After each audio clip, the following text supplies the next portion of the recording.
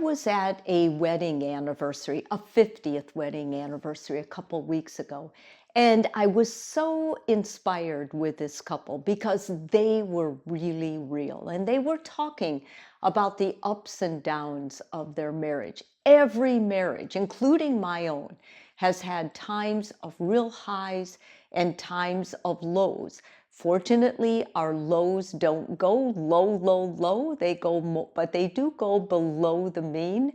I think overall, what we need to do when we're marriage mentors, and I am one, as a psychologist, I really think it's important to mentor to couples who are married, is to understand just like soft quitting or, quiet leaving or whatever they're going through when they do it kind of undercover, you can do that with your marriage too.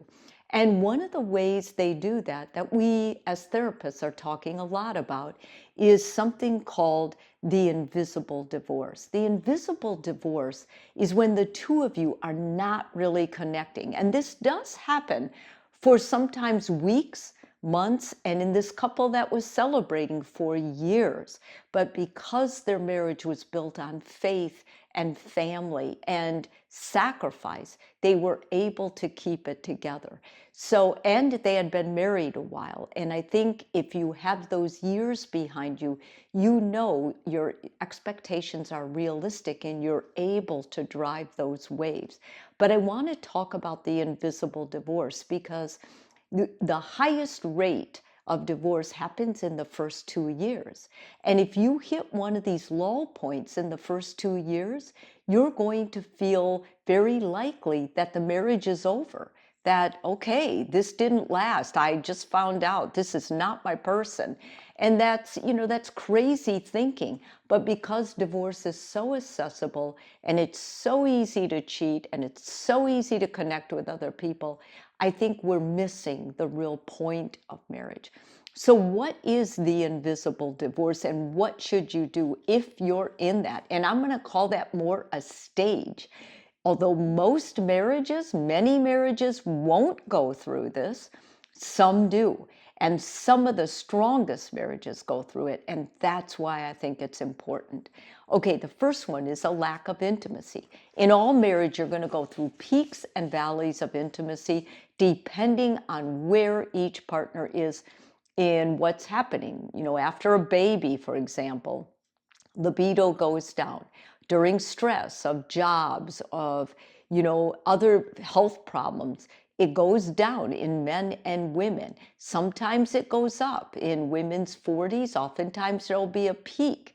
And I think it's important we understand that when you have a loss of intimacy physically, you cannot let go of that emotionally. Hang on to it. There's an absence of friendship. Sometimes couples get so frustrated, so stressed, so in turmoil over their jobs or kids that they forget they're on the same page and they turn away from that lovely friendship they had. They stop taking date nights. They stop having fun. They stop having adventures. You need to hang on to that so you don't go through this invisible divorce. You keep things from one another. If you start having secrets, I'm telling you right now that it's not a good thing. Stop it.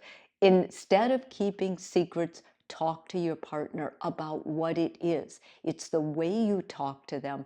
What you're fearing, they will say about it that is holding you back from being honest. And if there's something that you don't feel you would be ashamed or you wouldn't like if your partner saw it, it's probably a form of cheating on them. You need to talk to them about it. You need to be honest at this point. A lack of communication. Do you guys feel like you still talk together? There's so many retreats and things you can do that will help with that. But if you don't talk together every day, you'll kind of lose the ability to do it. And pretty soon you'll be texting, you'll be messaging each other, emailing each other for God's sakes, instead of just looking at each other and talking together. You make an excuse for the marriage. You start making excuses for your partner why they didn't show up. When you do that, I want you to sit back, pause, and stop and go, what am I doing? Why am I taking us further away from each other instead of turning toward each other? A lack of mutual respect. I have so many men clients who tell me my wife doesn't respect me anymore. And believe me, that is a big deal. That's as important as appreciating them. Talk to your partner. Ask them ask them what they can do for you, and also ask them what you can do for them to love them better. I think if you see yourself in any of these formats, signs of an invisible divorce, this is what I want you to do. First of all, I think you should talk to a mental health professional. A marriage counselor will be helpful too. Talk to them about what stage you're in. Maybe you're going through a depression. Maybe you have intense anxiety, and that's the culprit leading to your acting like this in the marriage. Make a list of everything in this marriage that's working well. Have your partner make a list of that too. Make a plan to talk to each other at a time. Schedule it on the calendar. When you schedule it, make sure you're both fed, it's quiet, there's no distractions, and hopefully your partner's on the same page. And just calmly and quietly say, can we talk about our marriage? This is what I feel. This is what I see happening.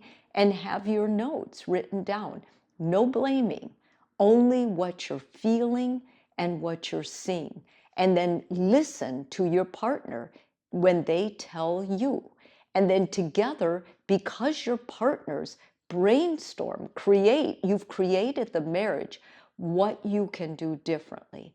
No problem is insurmountable unless it's abuse, addictions, or something catastrophic of those things. And with abuse, I say things like verbal, cyber, physical, whatever it is. There's ways you can abuse people that it's not okay, and the marriage is really broken then because you're married to an abuser.